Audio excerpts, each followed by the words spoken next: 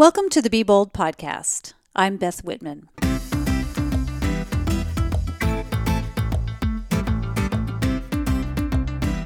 My guest today is Teri Waros. Teri is the owner of Kalele Bookstore and Divine Expressions, a book and gift store on the island of Molokai. If you happen to be on the island, you can't miss the store because it's one of only a handful of shops in the quote-unquote downtown area. I recently visited Molokai for the first time. Unfortunately, it was just a short visit, but it was fantastic. I was being hosted by the Molokai Visitors Association. They had wanted me to come check it out. When I asked whom I might speak with for the podcast, all fingers pointed to Teri Waros. During my few days there, it was really clear that Teri is an integral part of the community. And really, she's just a magnet for everything that's going on there. She's an amazing woman, and that really comes through in our conversation. When I say that she's a magnet, as an example, Teresa Shook, the founder of the Women's March, and I mean the founder of the Women's March, happened to be on the island for an event at Teri's bookstore while I was there. So it was just this great coincidence. So I got to hear Teresa speak and talk about the march, and I plan on having her on the podcast in the near future. She's going to be in Seattle this summer, so we'll get a chance to record then. This chat with Teri wasn't meant to be a commercial for Molokai, but as I listened to it and edited our talk, I was really seduced into wanting to return.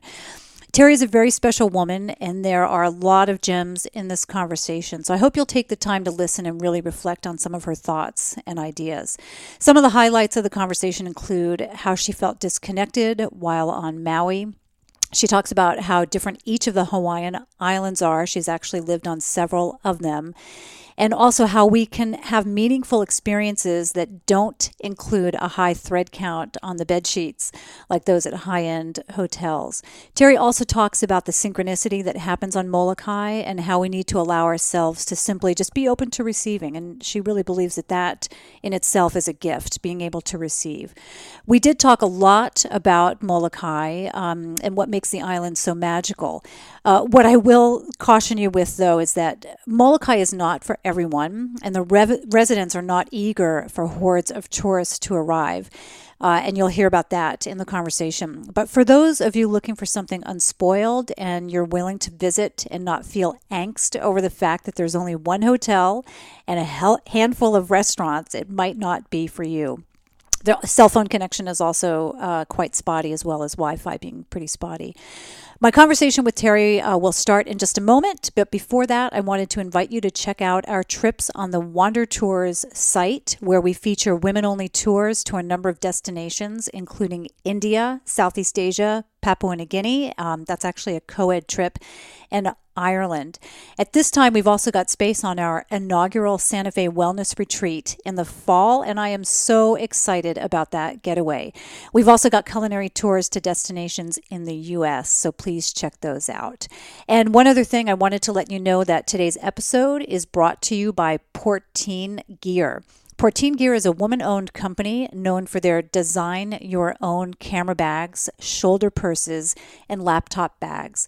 Their sustainable model emphasizes creating products that source supplies from the furniture industry. And so what that does is it keeps remnants out of the landfills. I think that's pretty brilliant. It's crafted by professional photographer and company owner Robin Portine. And all of their bags are designed by you and handcrafted in the U.S. Now, I have several bags from Portine, and I love them all, and I always get complimented on them. They are beautifully made and very sturdy as well. And while that should be enough reason for you to have your own Portine bag, there's another reason you can feel really good about supporting the company. Robin has a program where she supports other women by buying them Viking sewing machines in order to get them started in the business. So she helps them get set up. She helps them with their company's branding. She helps create logos and business cards, and then she sends business their way. Now, they pay her back for the machine on a payment plan and are able to work with other clients as well. So in addition to Robin being kind of their first customer, they get to look for work elsewhere. And she offers her studio and all her resources to them. Now, Robin has literally changed the lives of 4 women so far who were out of the workforce. And so now these ladies feel like they're part of something great, and they really are. So just through this one beautiful gesture, she's changing these lives. You can find Porteen Gear at porteengear.com, and that's PORTEEN.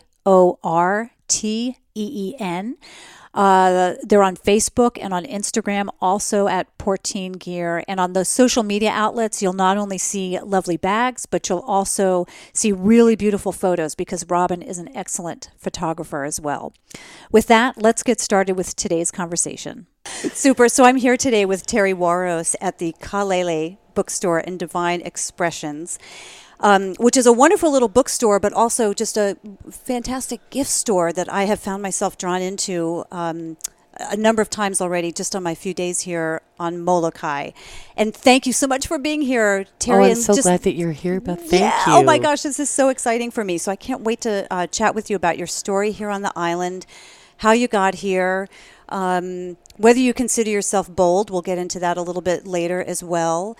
But I know we have a lot to chat about today, so we'll get started. And first, before we started recording, we talked a little bit about you opening the store here. So tell me about your time, how old you were, because we have this. We have this in common. Yes, we sure do, about doing things at 50. So tell me about that, and let's talk about where you are today and kind of how you got started here. Okay.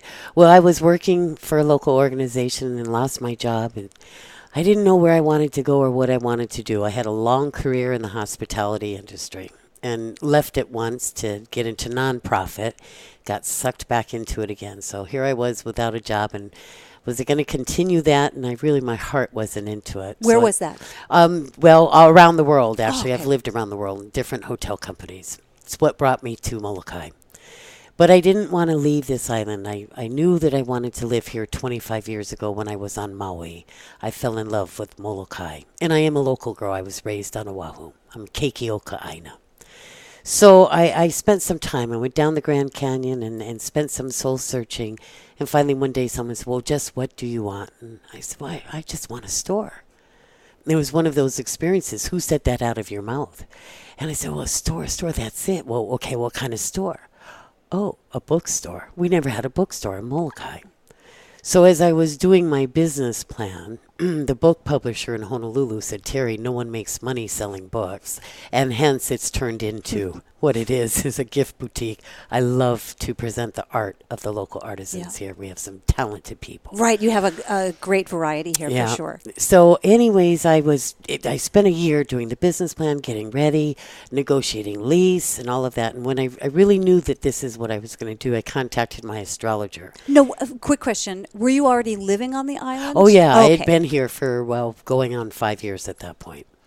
And I called my astrologer. I said, okay, this is the date and the time that I incorporated the business, my birth date.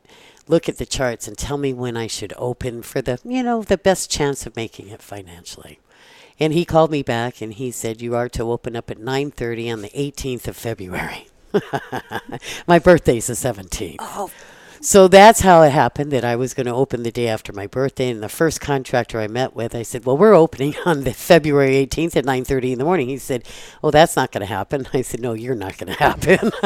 And you went and found someone else. I found someone else. Good. An old classmate of mine drove him crazy. But yes, we did. We opened up at as close to 9:30 as we could on the 18th of February. 8 years ago, I just celebrated 8 years. So I'm very happy to be here. Mm-hmm. Great. Wow. So let's go back a little bit from that. So you're not from Molokai. From Honolulu or Kailua, Oahu. Okay. And how long had you spent there? Oh, I grew up there till I was 16 and then moved to the East Coast. Oh, the East Coast on the mainland. Oh, yeah. I moved to Philadelphia at the ripe old age of 16. Wow. Talk about culture shock. Yeah, I bet. That way. Yeah. What? That's a huge move. Parents got divorced and I went with Dad. Okay. Yeah. And so tell me about that, how that affected you, how that changed or? What I tell people is that that's the two opposite extremes, polar opposites, Hawaii and the city of brotherly love. And meanwhile, Rizzo in those days was burning down the slums. It was very different. And so the two extremes, it's allowed me to better find the middle for myself. And I didn't stop there. I went to college up in Massachusetts, but then I became a flight attendant, lived in Texas for a couple of years. Oh, now that's an interesting story, being a flight attendant. Well, this is back in the days before the internet now, you know? Of course. And you called someone in reservations, and I'm chatting, and I was booking my trip between college and home to Hawaii, and she told me, she said, the airlines love to hire people from Hawaii, but they get homesick and quit and go home. So if you're from Hawaii but you live on the mainland, airlines really like that. So yeah, I grew up with jet fuel in my blood. When you grow up on an island, to go somewhere, you get on an airplane. So that was a dream for me, and I did that. I ended up quitting college and became a flight attendant for a couple of years. Great, just a couple of years. Yep, and it was the times with deregulation, all that. So I found out I was pregnant and laid off in the same week. Oh gosh, see, God always works in my life. Yeah. So I followed my husband back to the East Coast, and my sister got married in Carmel, California. Have you been there? It's beautiful. Gorgeous. And when you're living, and it was a really bad recession in those days, my son was born in 1981. And to go to Carmel and to see how the other half lives, it was very enticing. And my marriage wasn't. So I ended up in Monterey for 10 years. Oh, interesting. And then it was a chance to move back to Hawaii, to Maui, in 1993. And my mother graduated high school on Maui. So I thought, well, I'm going home to my roots where my grandparents had relocated the family when my mom was still growing up. And when I got to Maui, I found for myself how different each one of the Hawaiian Islands are. It wasn't until you came back that you realized that. Yeah, because I grew up on Oahu, and that's what I knew. And, of course, you'd visit other islands as a kid, but to go and live there, Maui was very different than Oahu. And I found for me, and I love Maui, and I have wonderful friends there and great teachers. It's a beautiful island. But for me, it was like being in a sitcom with the lip sync slightly off, where you couldn't really get grounded into it. Interesting. Yeah. And so I was in the hotel business, and you work 24 hours a day, 7 days a week, and you get really crispy fried. How old were you at that point? What was I guess 30s. I was in my 30s. Okay. And so where did that feeling of kind of the lip syncing being off, like things just weren't quite right? Because I'm in paradise, and I'm in Hawaii, but I couldn't get grounded. There was just something slightly off.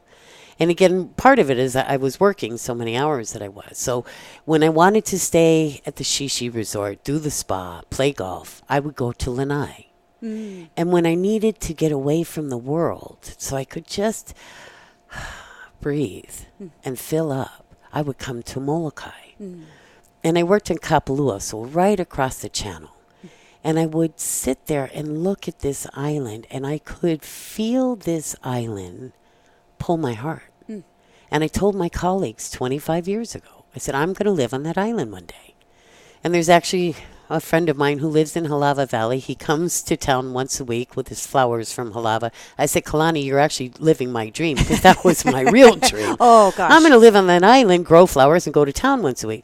It didn't work out that way, but it took a while, and I traveled around the world with the hotel business in the meantime. I didn't think I'd leave Hawaii again, and I did.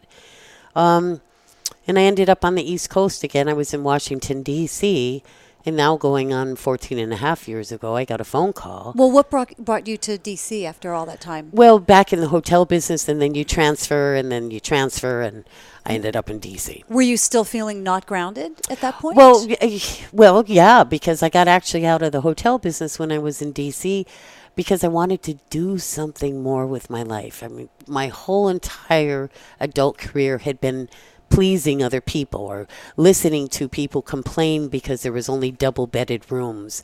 And I could only answer either sleep closer to your wife or don't. And it's not, babies aren't dying, and it's not war, and you're stressing out and running around trying to make these people happy. And I thought there's something more to life than that.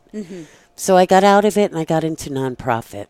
And I love DC for that, for the people who work so hard to make our world a better place. There's so many wonderful, brilliant people doing that. But that's a tough place to be. It's a tough place to be, and nonprofit is non-profitable. So it was a struggle. But then I get a phone call from a friend of mine. He knows how much I love this island. He said, there's a job for you on Molokai. And I said, well, I don't know, because it was Molokai Ranch. I'm a local girl. I know their history here. Ooh, I don't know. And it's the hotel business again. I really don't. I said, I'm in the office. I'm going to have to call you back. So my office is on Thomas Circle in downtown D.C., and I went downstairs and took a walk to kind of process this. And there was a horizontal rain into my face. And I looked up at the bank building, and the digital readout read 37 degrees. And I stopped in my tracks, and I said, hey, this is Molokai we're talking about. What am I waiting for? Yeah.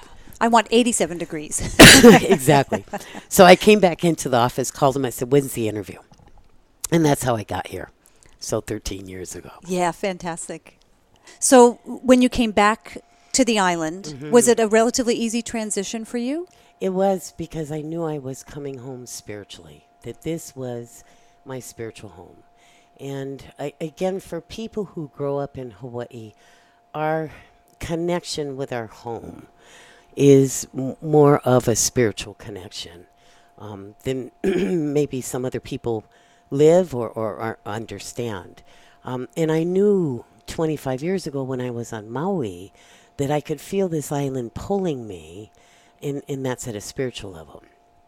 I got here. The company I worked for was very difficult.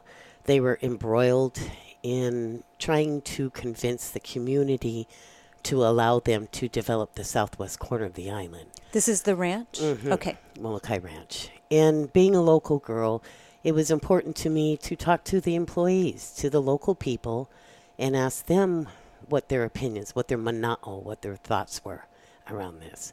And I remember the stories that I heard of the grandmothers who had taught them of the preciousness and the sacredness of certain places, including La'au. And so I also worked for the CEO, and I'm a woman. I was subordinate, and he wasn't afraid of me. And so he didn't have to put his act on in front of me. We'd go to these community meetings, and he'd be spewing his thoughts to the community. And we would walk out, and he would say things like, nobody knows what I have to gain. Nobody knows what's up my sleeve. And so it was a very toxic work environment for me. And I kind of felt like the kid in the book, The Emperor with No Clothes. And I wanted to say, doesn't anybody see he has no clothes on? Because of what he was promising and what he was actually doing. That doesn't sound familiar these days at all. Oh, yeah. We can go into that later. Very relevant, very relevant. But it created a very toxic work environment. So that was a difficult transition. Nobody wants to work under those circumstances. Living on Molokai, I had come home, spiritually home. I will say it was a practice, a daily practice for me to get up and to acknowledge how lucky, how blessed I am to call this place home. There's only about 7,000 of us who live here. And so every day I would say, may I live here? May I stay? And I'd also say thank you. And I think for the people who who are drawn to Molokai and wish to live here, that it's important to come in with humility. People who come into this community and say, you know what you folks need? They don't last too long. Do you think that's the case for each of the islands, or do you think it's particularly Molokai? I think it's particularly Molokai in that we're a small community, so it's that fishbowl effect. I also believe that the community here on Molokai, we're not so far separated from the ancestors. And the reason for that is our kupuna, our elders, share with us the way that their grandparents taught them to look at the world, to relate with each other, to relate with our natural world. We have kupuna who take care of the fishing grounds. Here on the island currently today, you do. Absolutely. The way that their ancestors did. And they're teaching us. And so we're more in touch with that. And because there's not the separation of generations? and there's less distraction. To get to your job in Honolulu or in Kahului, you got to put your defensive armor on to drive to work. We don't do that. I wave at the 6 cars I pass in the morning because I know most of them, okay? The other 2 who I don't know, I'm saying aloha to. Welcome. So we live in that heart space. We live in the aloha that even Hawaiians on the other islands sometimes are disconnected from because of the day-to-day stresses and realities of living in one of the most expensive places in the world. And there's more people, and there's more industry, and there's more businesses, and you don't know your neighbors quite as well. And as a matter of fact, a Hawaiian woman who's a homesteader told me that from Honolulu. She says, I don't know my neighbors. This is a homesteader, a Hawaiian. And I said, Auntie, e kalamai, excuse me. What do you mean by homesteader? Homesteader, they started the Homesteading Act in the 30s that you have to have at least 50% Hawaiian blood to have a homestead. And so they give you the land, and they pay much less in taxes, et cetera, So to allow them to be connected with the Aina. By using that term, your point is that she's been there a long time. Or she's Hawaiian. Okay. And she's of this place. Right. And you would think that Hawaiians living in homestead lands would know their neighbors. And I said, what happened to you folks? What happened to you Hawaiians? That's not how it would have been generations ago. Right. In a Molokai, we live closer to the way that the ancestors did. It's because our kupuna are still living that way, and then they teach us. So that 6 degrees of separation, when I understand Uncle's grandfather told him how to relate in the world around him, to his natural surroundings, to his family, to his friends, to the visitors. I understand how it was 100 years ago. Yeah. So today,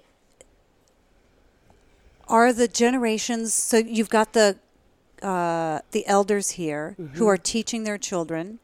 Are those children retaining that information and passing it on to their children, or are we starting to lose that?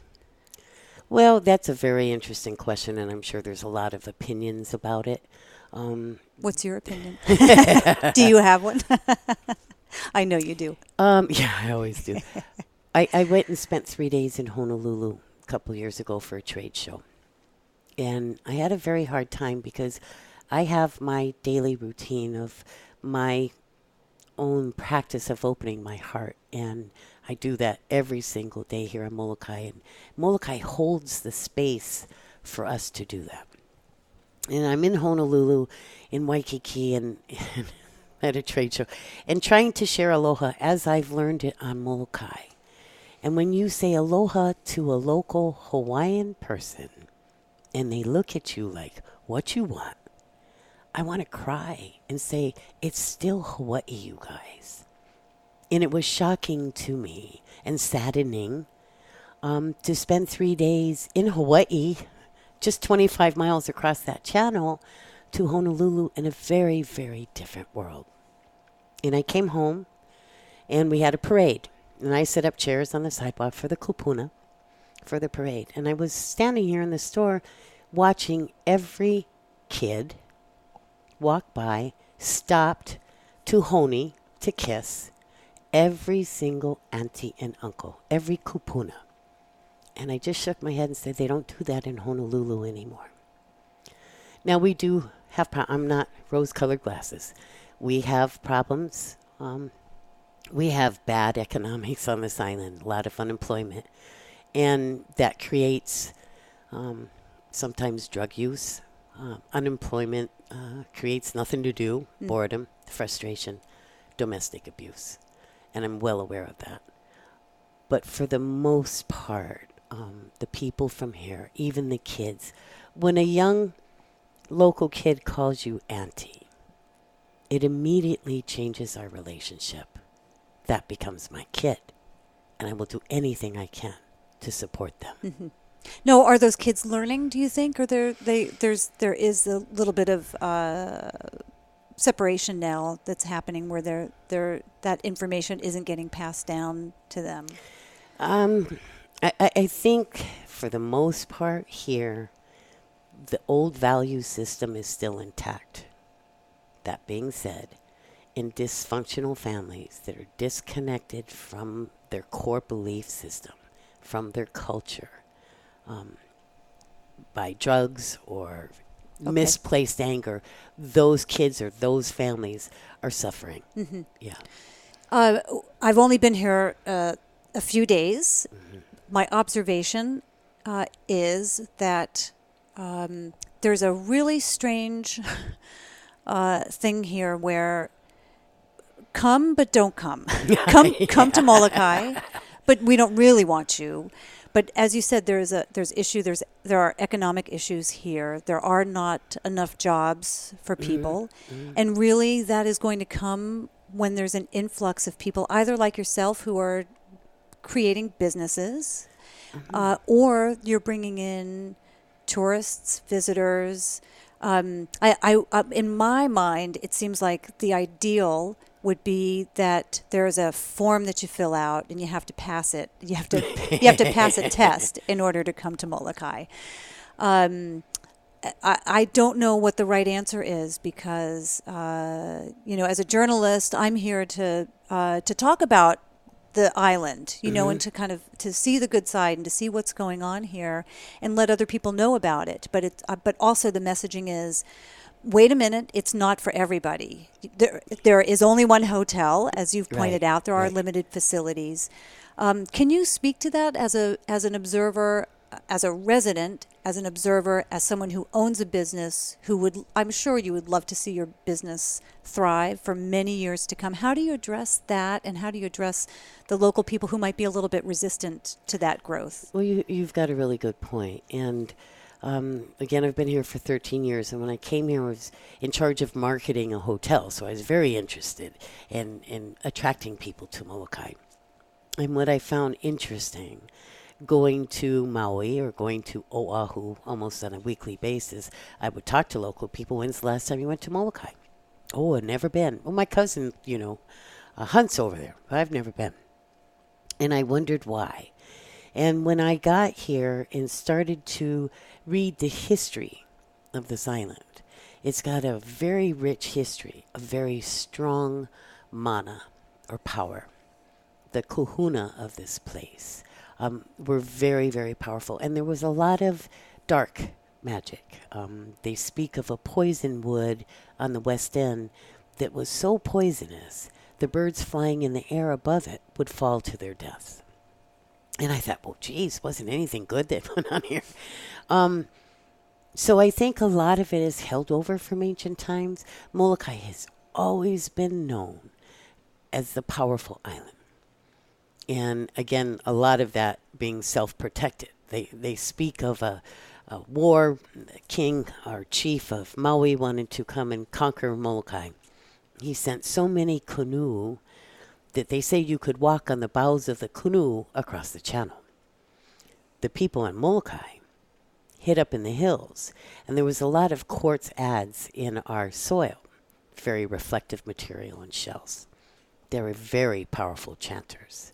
So the Molokaian people up in the hills were chanting and flashing the quartz and convinced the canoe people that we had more warriors here than they had in the canoes, and they turned around and went back to Maui.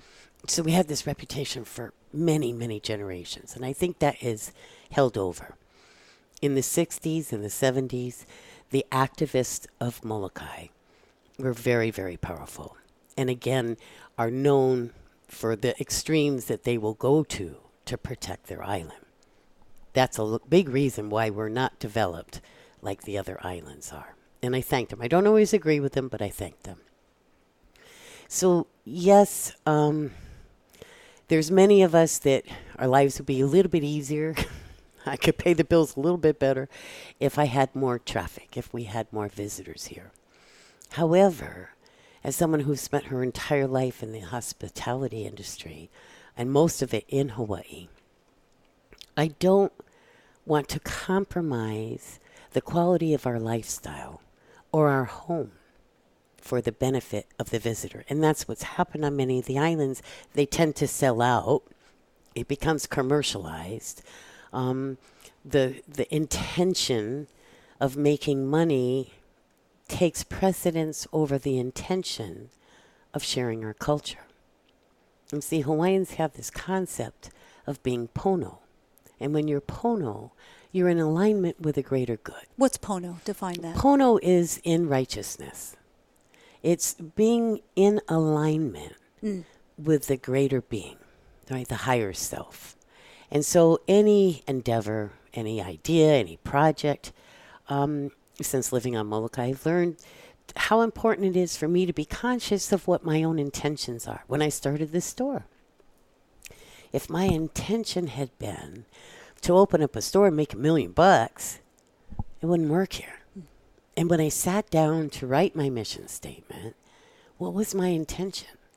And my intention was to be a gathering place, a place to share the culture, a place to share the stories, a place to all of us to share our knowledge with each other. Teri, do you think that same attitude can be replicated either on other islands, on the mainland, in other cities, in Seattle? Like, can I go home and can I create a successful business with that same attitude? Or do you think that's special to this island? Oh, well, my core belief has always been that when we share aloha, and people come to understand what that means, or they come to understand what pono means, and they take it back to where they come from, we've planted seeds, and it makes the world a better place. And a couple years ago, around the anniversary of the store, I got a phone call from someone, and he said, "Hi, my name is Dave Sanders, and I was in your store 3 years ago." And I generally hate those conversations because the next sentence is generally, "Do you remember the pair of earrings I bought my wife?" And I never do. But he didn't say that. He said, "I came back to Chicago and I took a job as the patient relations department manager for the University of Illinois Medical Center."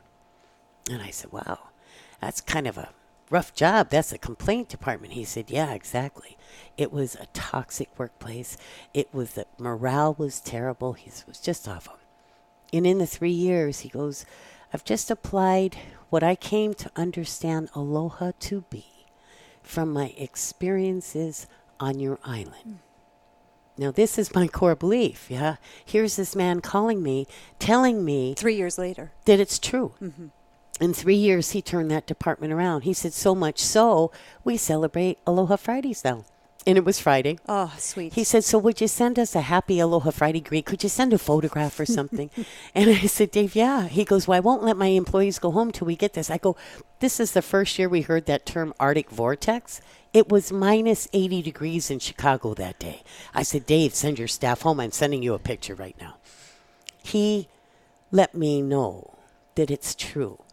I do believe in the power of good. I do believe in social consciousness, in our business approach, that if we really understand what it is that we're doing, and if we make what we're doing for the betterment of the greater good, of the community, of the country, right, of the world.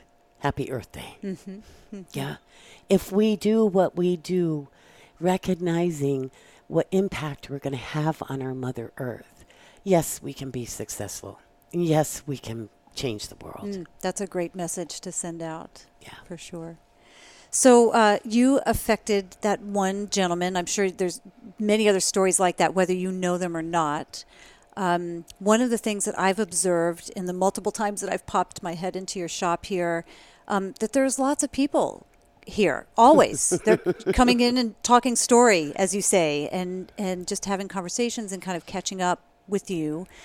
What makes you so central? What is the attraction to folks here? And I know you're going to be humble about it, but I'm sure that there's some reason that people come here to find you.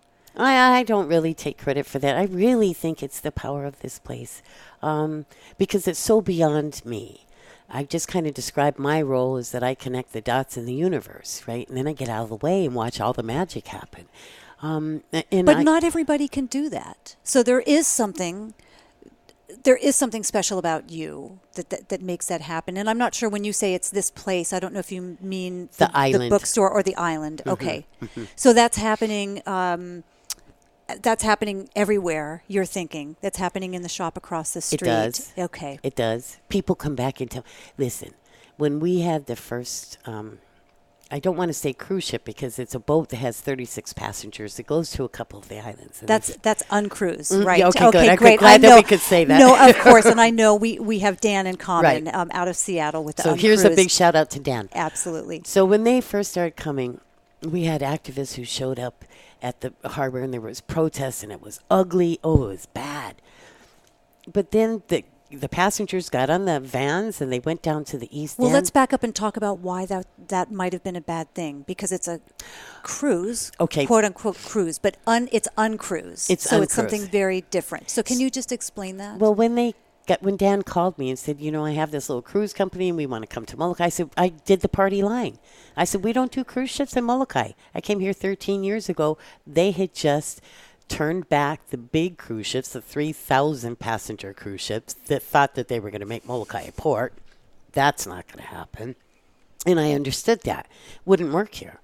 The harbor master in Maui told me that's the best thing your island ever did. So I said, oh, no, we don't do that. Then I met Dan. I learned the company. It's a 36-passenger boat. I think we can handle that. And we worked for 5 years. And we went to local kupuna and got people signed on. I didn't go to the activists, so they kind of came after us. However, it started, and they were protesting one day. The passengers got into the vans, and we got them through the protest lines. And they went out to the east end, and there was a bunch of protesters on the side of the road at one of the beaches. And what I heard later that afternoon, they all got up, played music for the visitors, sold their CDs, had a wonderful time. Right. Yeah. So they were welcomed after all. Uh-huh. The aloha is there. Mm-hmm. And that's what's really interesting here. The thing is, and like you said about filling out a form, I think we're self-selective. Number one, most people don't know we're here. Number two, it's not attractive to everybody. There's a lot of people who come to Hawaii. I don't know why, but all they want to do is lay on the beach, have a Mai Tai with a real fancy umbrella in it. Good on them. Or dance on the tables to dawn. Good for them. Go to Maui.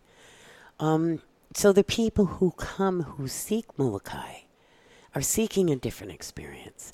And they don't want a bunch of tourists here. So they're a little bit different than the quote-unquote tourists that go to Waikiki. Mm-hmm. And this is a very safe place, too. It's incredibly safe. It is wonderful. And we all family. See, what happens is we're all family here. And I mentioned to you, I said it's a wonderful place for women who travel by themselves to come. Because they come into the bookstore, and I say aloha and welcome. Now, the thing about people in Molokai, myself included, is that we feel we have the right to ask you, who are you? Where do you come from? Why would you come to our island, And when people answer those questions, you find the commonality. And we become friends. Visitors who come to Molokai will come as our guest. Whether they know it or not. Right. They might not know it to begin with. Mm-hmm. And more times than not, and again, not always, because I do have people who come here and they go, oh my God, this is it. And they're out of here in less than 24 hours. Good on you. But they're people who stay and who appreciate it and open their hearts to it.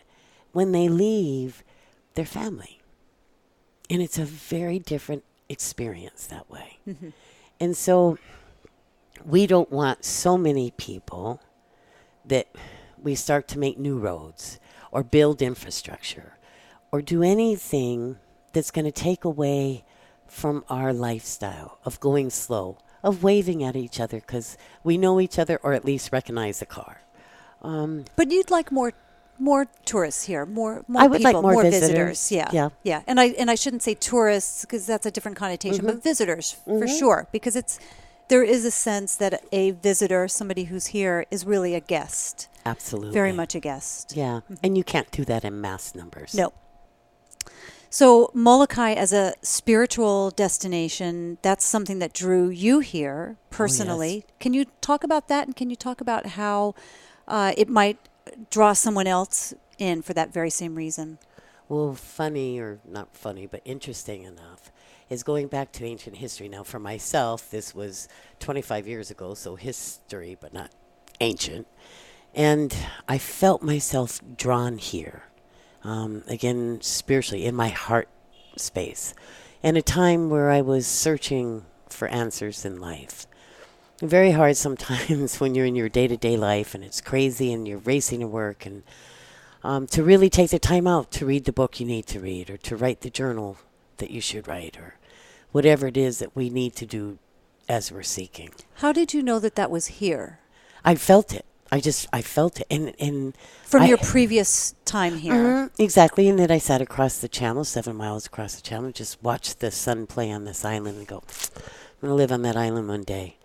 And when I got here and started to read the history of this place in ancient times, long before Westerners showed up, one of the names of Molokai was Molokai Pule O'o, the place of powerful or potent prayer. And so all of a sudden it made sense to me why I was drawn here and what I feel here. And I have my own experiences, but I have what I've witnessed as well. The woman who came in one day from Germany, she says, I don't know what I'm doing here, but a week ago I was at the supermarket. My hand reached for something and it came back with a package of Molokai salt. And I said, I need to be there. And she was standing in front of me 1 week later. Mm-hmm. What a brave young woman she was. Mm-hmm. But she was one of those obviously open to what the universe, to what this life had for her outside of the boxes. Germans are pretty good at that. But there's a lot of us women at this stage of our life that need to kind of step out of the pace of life and take a look, be a little reflective. And Molokai holds the space for that. There's you go to the beach, you're going to be the only one on the beach. That doesn't happen too many places anymore. So it holds it for us to do that. So you don't need your, and not that there's anything wrong with this, but you don't need your yoga mat. You don't need your yoga class across the street. You don't need your, I don't know, fill in the blank, your temple or whatever it is. Mm-hmm. It's just the nature, the natural spirit here. And to be honest with you, my experience, my opinion, many of us who are looking outside for that kahuna or that crystal or that yoga master, the journey that we're on, we eventually have to look inside. And the answers are generally inside. Mm-hmm. And so it's giving ourselves permission. And I think that's what taking a holiday does for people, is it gives you permission to get out of your box, to open up your mind to possibilities you didn't know existed, to open up your heart, to just feel something that you didn't know previously or that you'd forgotten, and the memories come back. And it's very common for people to come here and just the mana being, that power, that energy of the place. And when people are here just walking up to Halava Valley Falls, I brought a girlfriend from Maui and the two of us cried the whole day. No logical reason whatsoever, no tangible reason. And we were just open to the experience of the place. And I share with people that whatever you're working on, if you come to Molokai, whatever you're doing, whatever you're working on, if it is for the good, the results will be exponential. Mm. That's the mana. That's beautiful. Molokai Pule O'o. Mm. I just want to sit with that for a second because that really is beautiful. It's a not that it should be easy, but it's a difficult thing to sell. It's a difficult thing to explain and to try to tell someone you need to go to Molokai. The hotel services are limited. I've been here 3 days and I've already eaten at all the restaurants. Right. You got to cook. You got to do your own cooking. Right. You do have to cook. Some great food here that you can get and cook with, though. Right. Yeah, for sure. They're not those. It's not going to the shishi spa or retreat. Right. You know, this is coming and roughing it with yourself. Right. And it's something that's either going to click with you or not click for a person. Yeah. So you had mentioned something earlier, and I would love to know a little bit about this, if you don't mind sharing it, about a morning practice that you might have, because you sound very grateful to be here. And you said that something about waking up each morning and just being grateful about that. Do you have a morning practice? Oh, I do. And I'm going to give the credit to that to my dogs. I have 2 rescue dogs, and they happen to be hunting dogs. There are a lot of hunters here. So they're big, and they're used to being out in the woods. And so we get up every morning, rain or shine, and go up to the lookout over Kalaupapa. And I'm very blessed to call that my backyard. And the Hawaiians, many, would get up to greet the dawn. And there's a chant, e ala e, and it's just to recognize and to witness the sun arising. E ala e, arise, here comes the sun. And the sun is rising out of the deepest of oceans, and it's rising to the highest of the heavens. E ala e. And if you allow yourself, rituals I think are wonderful for all of us, to witness that natural progression, the natural happenings. The world, the universe gives us a lot to be grateful for. There's days it's socked in and I think, oh, it's not going to be a big sunrise today. And I walk down the path and I come to the end and I look around the corner towards the east. And there are days I have to laugh out loud that the beauty is so incredible that I say, really, God? Really? All this beauty for me? Is the sun rising, or this is without an actual sunrise? Oh, it's no. Still beautiful. Oh, it can be. Okay. This morning was very cloudy. It was very moody this morning. I didn't see the sun this morning, but it was gorgeous.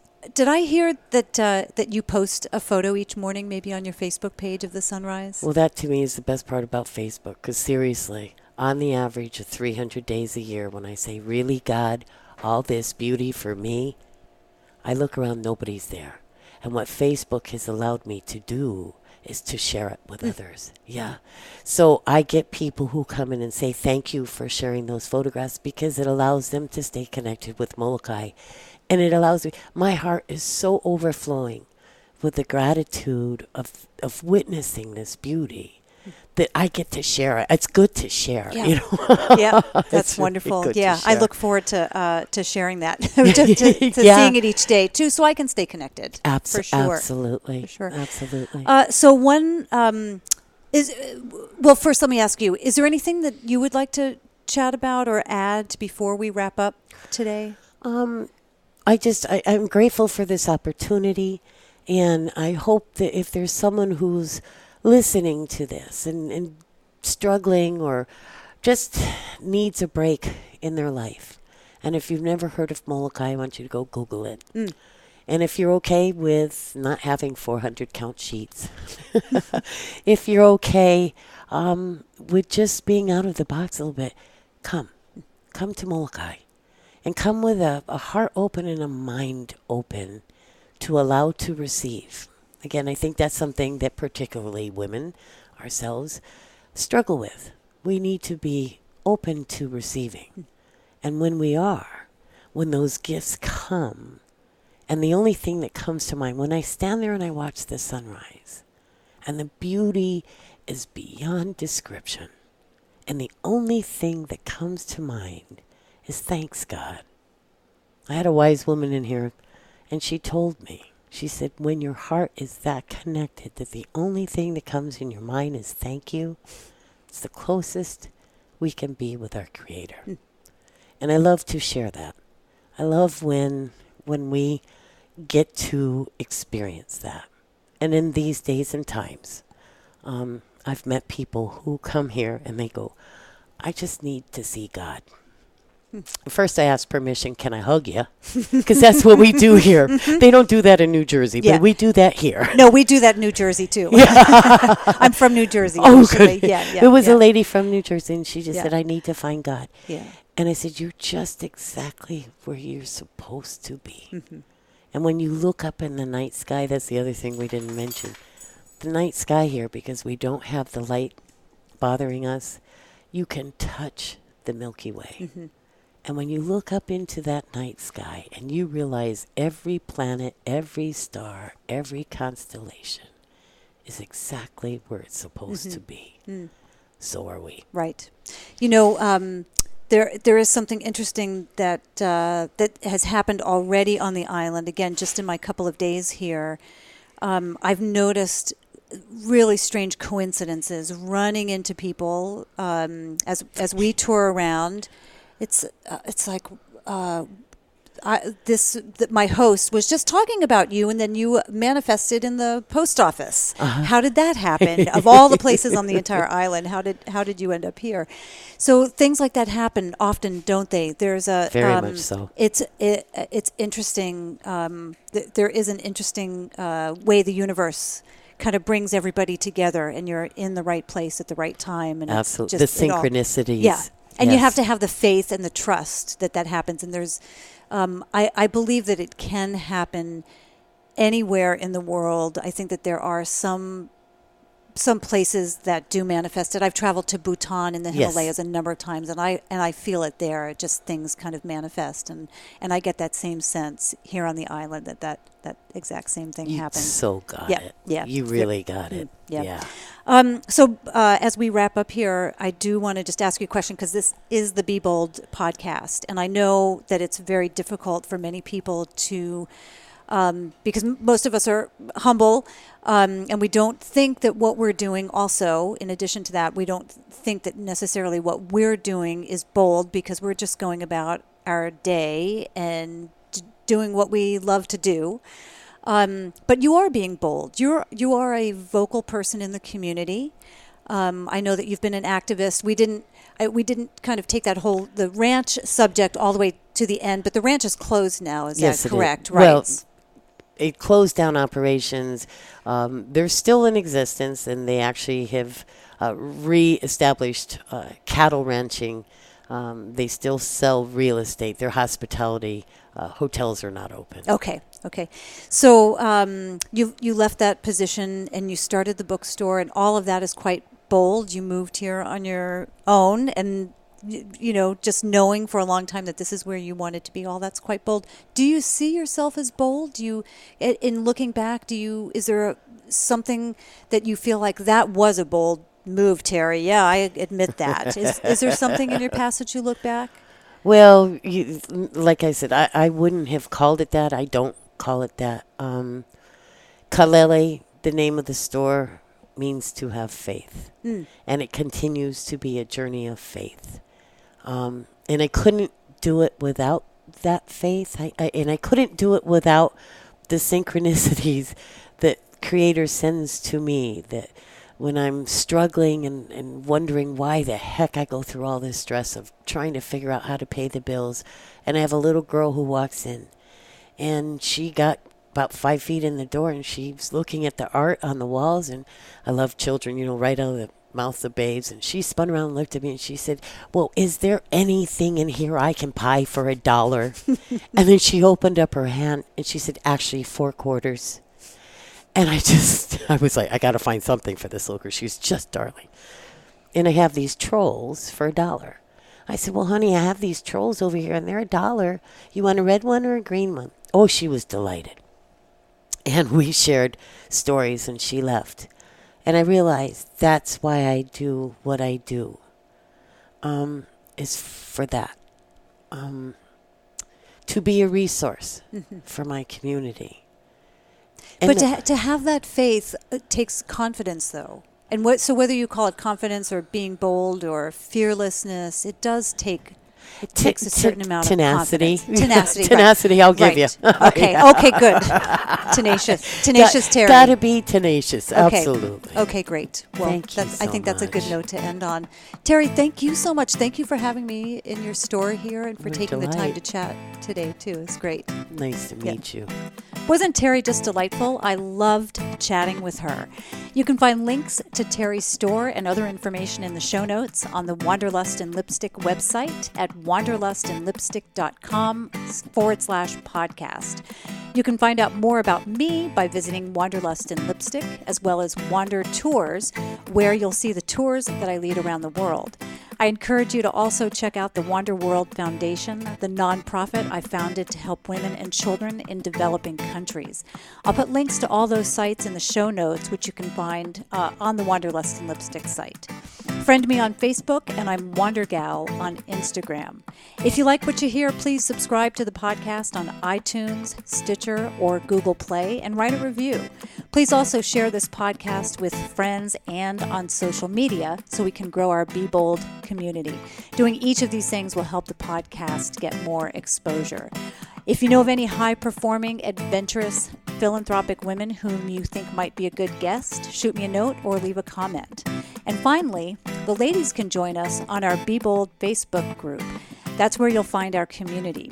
It's where we share goals, talk about our setbacks, and where you can find words of encouragement and inspiration from others. Thank you for joining me for another episode of the Be Bold podcast. Until next time, be bold.